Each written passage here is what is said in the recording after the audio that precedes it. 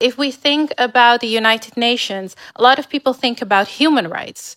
What I think about is the United Nations was created in San Francisco in 1945. If you think about how the world looked like in 1945, it was largely colonized, if not all.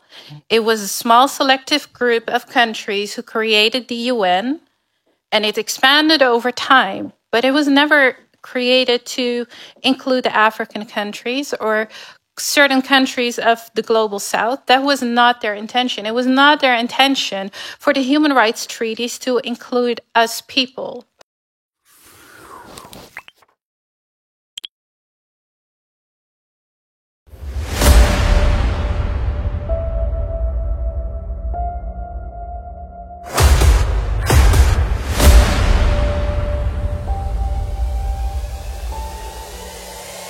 This is the journey to One Africa.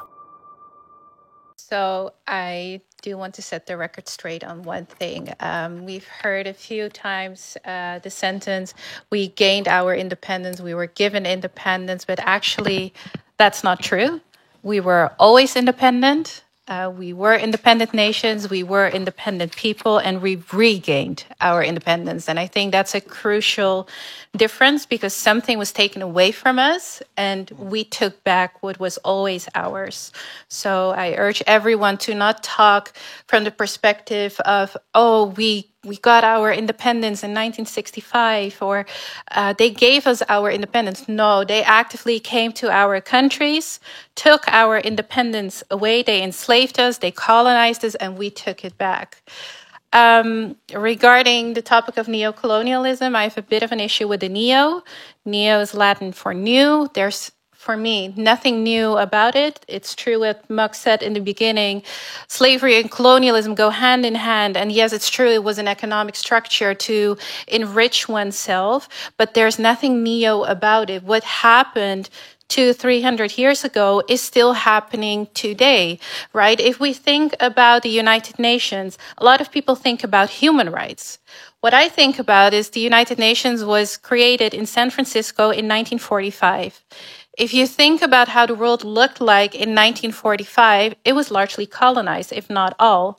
It was a small selective group of countries who created the UN, and it expanded over time, but it was never created to include the African countries or certain countries of the global south. That was not their intention. It was not their intention for the human rights treaties to include us people, right? So there is nothing neo about it. Same goes for institutions like the World Bank, IMF, even the European Union.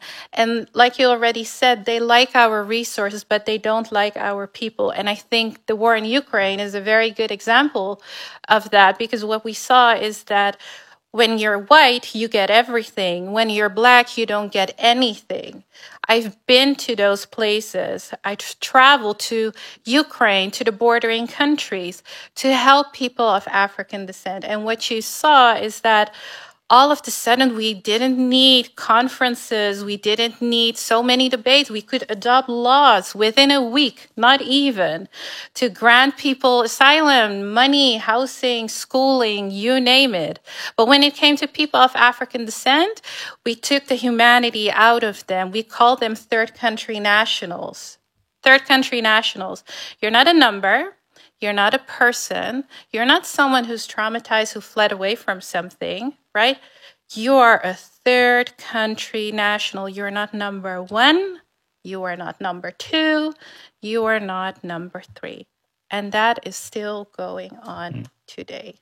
And maybe to specify so that everyone can follow the third country national, you're referring to now are specifically people from the African continent who were in the Ukraine, and then the selection happening over there with people fleeing towards. Yes and no. My personal work is only focusing on people of African descent, nothing more, nothing less. That's a deliberate choice that we made as an organization that I proudly stand for. The entire concept of third country nationals is, I would say, in a social sense, if you have a skin color that's not white, what we saw is that third country nationals also entail people from India, indeed African people. When the war in Ukraine started, what we saw, especially in the university areas which are more towards the Russian border, is that they would queue people up based on their skin color.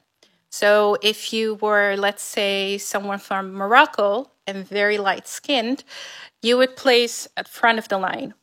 And if you're black, you would place at the end of the line. And that would determine the way how you would be evacuated, if at all. And at a certain point, they were like, we don't want those people over here. We don't want them.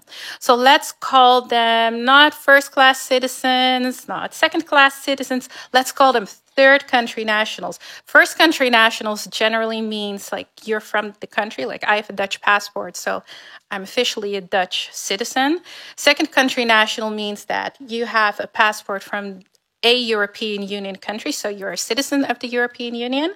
Third country national generally means everything and anything outside of that, but in practice, it is something completely different. It's just a racist concept that takes the humanity out of them.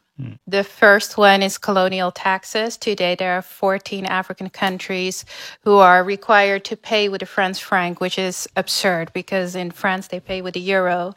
And without signing this agreement, they couldn't regain their independence. And then there is a second one, which is not only related to France, but also to Spain, to Portugal. The Netherlands had some part in it. And it's some kind of investment agreement. And it basically entails that, let's say you're in a given African country and you delve gold. And you think, I want to sell that gold in the market to have some money. The country that colonized you, so let's say this happens in Madagascar, the Madagascar company who delves the gold needs to mandatory talk to the Portuguese government, who is not on the continent, and offer them the gold and say, look, we've delved 100 kilos of gold and we want to sell it. If Portugal says we want to buy it, they buy it. They determine the rate.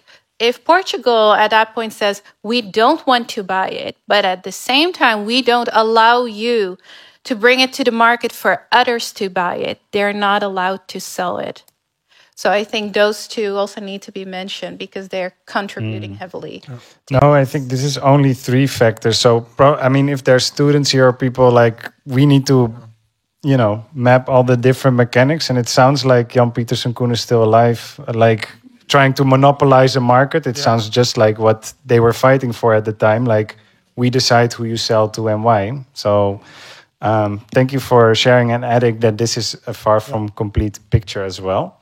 Of Bolivia, changing the constitution from a republic where the Catholic Church had absolute power to a country where the very few cultures that survived now have a saying. Obviously, there is a lot of problems there, but one thing that is very clear to me is that in all those 500 years of colonization, the colonization from the Spanish, the colonization has managed to create a genocide bigger than any other genocide we can remember in history. I would find it horrible if it would happen to you in Africa. I'm sorry, I want to respond because I disagree with Max. I think the question that was posed is a valid one. I hate to break it to you, but we don't live in a utopia that everything is arranged and that everything is protected equally. Language is important. Culture is important. Religion is important. Practices is important. Music, the way how you dance, talk, eat, everything is important. And what we're not going to do over here is play the oppression Olympics, because that's kind of the feeling that I get right now. Yes, it's true that there is extreme poverty and we should tackle extreme poverty, but we cannot say, we're going to tackle this one first and we'll see along the way and we have maybe an interim period and see what we're going to do to protect X, Y, and Z. Yeah. People all over the world have civil, political, and cultural rights. They have cultural rights for a reason, right? What we have seen with this enslavement of African people is that they took away everything. They took away your language, your religion, your names, your ceremonies, you name it. To say right now, okay, we're going to tackle poverty and we put our trust in a single leader who will protect everything in the United States of Africa. People need to wake up. That's not how it works. Why would you put everything on the line and then just hope that someone will protect that? No, it should be protected equally. And sure, it's true, there are languages that you can learn easy, Swahili, it's true. But should we focus on, it's a language that you can learn easily? No, it's not your language. If you want to learn that language, like English is not my native language, but I learned it. It was my choice. But I make the decision which language I want to learn. But my native language needs to be protected. Mm-hmm. Yeah. And I think this is an important point, that we don't copy solutions that look European, right? So we have to decolonize our imagination, how unity and diversity, etc., can look like. Max, you want to respond to this response? Just shortly, the unity I'm talking about, I said it at the beginning. It has nothing to do with culture. It has nothing to do with, how do you call this, history. It has to do with the future. How can Africa play a role in the world? Because at this moment, you can protect any culture you want in Africa, but our voice doesn't mean anything to nobody. So this is my priority. How can we turn Africa in a powerhouse in this world? Because we have a lot to offer to the world. That's the point. So the political unity of Africa is strategic to the survival of African. Like I said, if we don't reach this level, then we will end up with this genocide we are all afraid of. With our beautiful culture, our beautiful languages, we will not survive. So that's my point. We will not survive if we continue like this, divided and not trying to become a power. That's what I wanted to ask. All right. And we don't, just to make clear, and I like that you also express disagreement. We don't need to agree. We have different perspectives, but I want to leave it there for where we are now, also due to time. Maybe one final question. So there's one final question there, and then I want to add one question. We do one round that you can answer to this last question, and the question that I want to answer to it, what do you think are important reparatory steps as well that we should take from here relating to migration? Yes. Hi, I'm going to take a little bit more than one question because I was waiting a long time and people were taking their turn, so I'm going to do the same. First, I want to quickly say something. I quickly want to say something about the question that was just asked.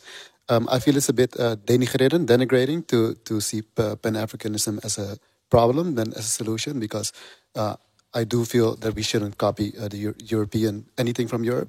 But if you see like how Europe works together, they have different cultures and different languages. And it's never been a problem, so I don't think Pan-Africanism in that sense could be an issue.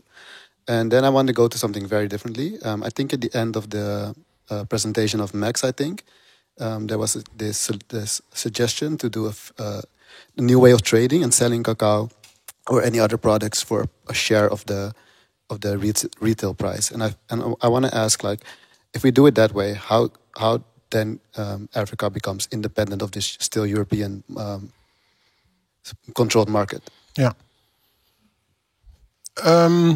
That is very easy to answer.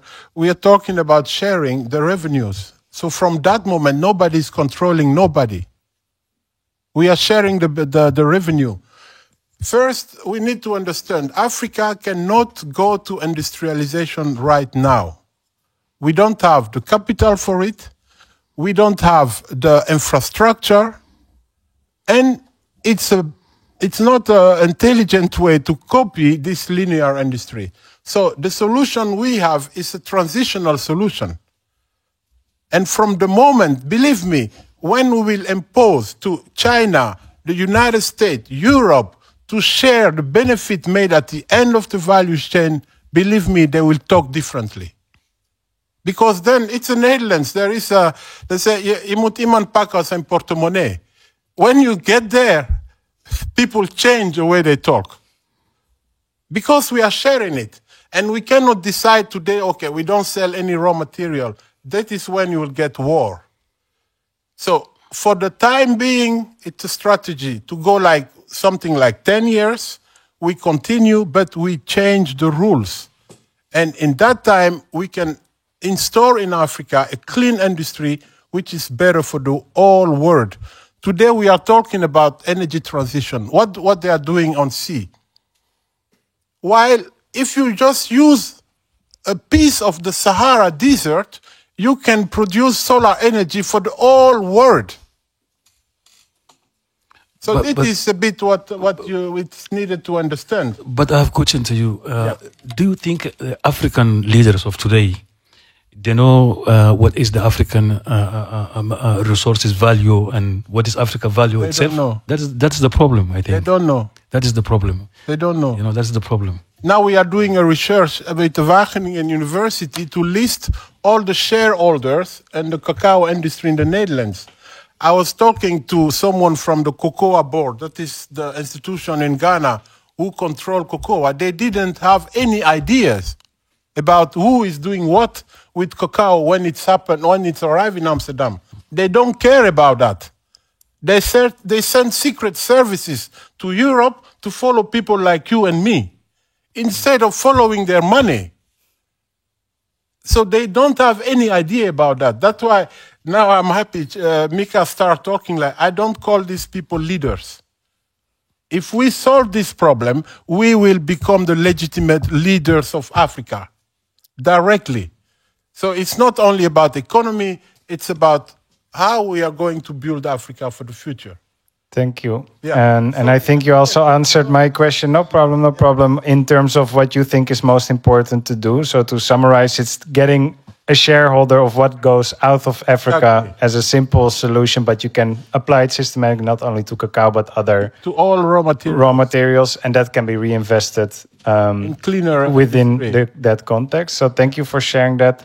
Then I want to look to you for the rest. What do you want to say as final words towards the audience? What you think is most important to be done in relation to this subject? I think that we should all be conscious that, however you want to name it, I don't believe in refugee crisis. Immigration, asylum seekers, whatsoever, is linked to colonialism. There is a reparatory aspect attached to it. You know, like they came, they conquered, they exploited, they divided, they closed the borders, but they take the resources.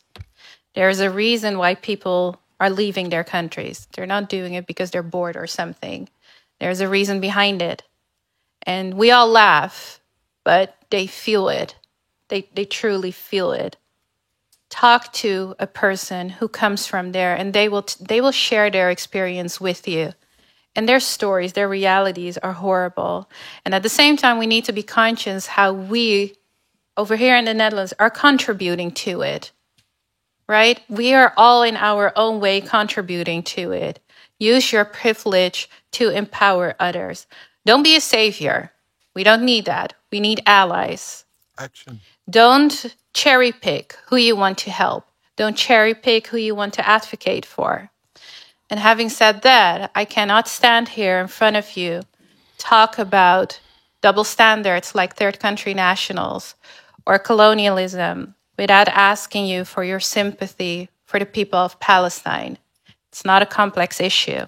There's nothing complicated about it. It's apartheid, it's colonialism, it's genocide, it's persecution, it's collective punishment, and it's way more than that. I don't know how many of you have seen Nasser's performance at the TV show Khalid and Said. And there was a part where he said, we are used to defining people in numbers, 1,200 people are killed, 48 are wounded. But these are human beings. We cannot cherry pick which colonial aspect we condemn and which one we ignore. We cannot cherry pick who deserves our help and who doesn't. Just imagine that Palestine is Ukraine. Just imagine that. Would you react the same? So I urge you to stand in solidarity and use your privilege wisely, use it in a way to create justice. Thank you. Thank you. And maybe to add a little bit to what you said, and then I'll give you to also the final words, is that the Israeli government actually is connected. Like justice to Palestine is connected to justice to everywhere. Because you saw, for instance, when the apartheid regime in South Africa was losing international... PLO helped him. Yeah, but also when South African apartheid regime was losing its face towards the international community and starting to get boycotted, Israel was one of the last powers to maintain and give arms support to the apartheid regime. Yeah. And Israel drew inspiration from the apartheid regime to build its own. So it's good to see the connections, that the freedom of one people is connected to the freedom of other people as well. So thank you for bringing that in.